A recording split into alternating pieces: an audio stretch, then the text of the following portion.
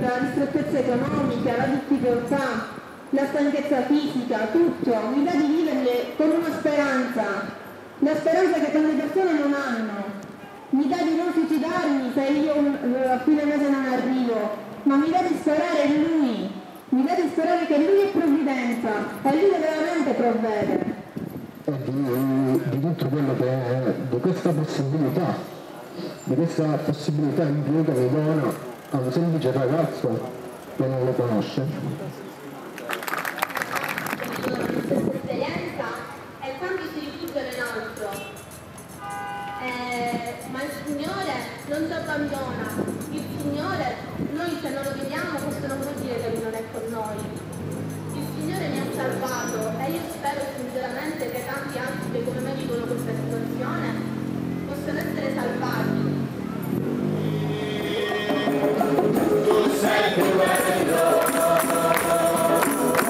tu sei più bello,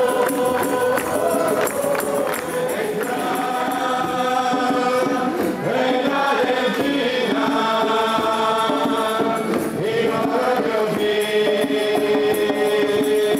proprio alla destra, e la regina,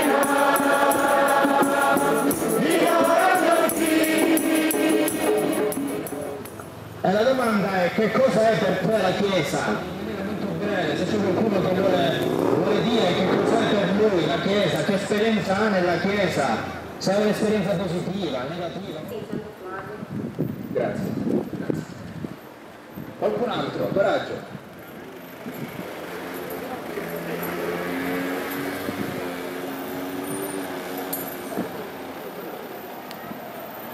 Trovo dove la gente si riunisce per pregare il Signore nostro Dio.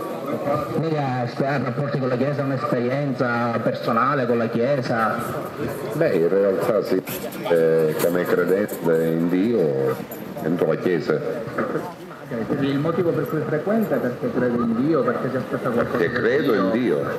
Che nostro marito, nostra moglie possano amarci infinitamente e quindi possano non deluderci mai, o i nostri figli.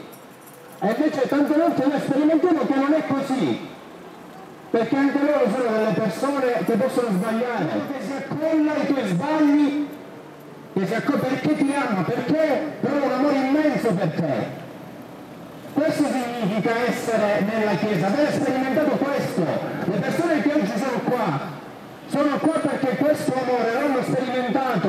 Non è che tu diventi un santo perché entri in Chiesa e allora diventi santo. La Chiesa è il popolo di Dio, è il popolo di Dio che ha sperimentato che Dio è amore. Noi che siamo qua non siamo qua, dicevo, perché siamo santi, ma perché nelle nostre sofferenze forse difficilmente lo saremo. Però quello che abbiamo sperimentato è che Dio ci ama così come siamo per mezzo del suo figlio Gesù Cristo che è andato sulla croce per noi. E se noi sperimentiamo questo perdono noi lo possiamo trasmettere anche agli altri. In che maniera? Che quando uno ti giudica, quando il tuo datore di lavoro ti distrugge, che ti ammazza di lavoro, tu stai in silenzio.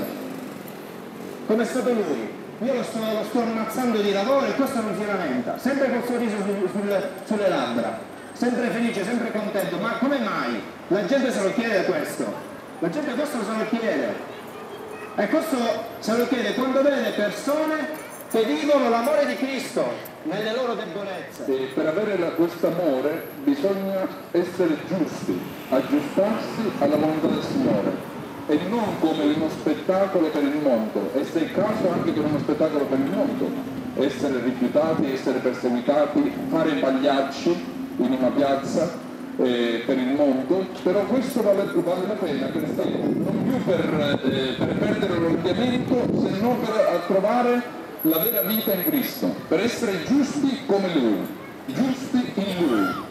Tutti i suoi conoscenti, le donne che lo avevano seguito fin dalla Galilea, stavano da lontano a guardare tutto questo, perché sapevano già. Diamo grazie a Dio, alleluia, alleluia.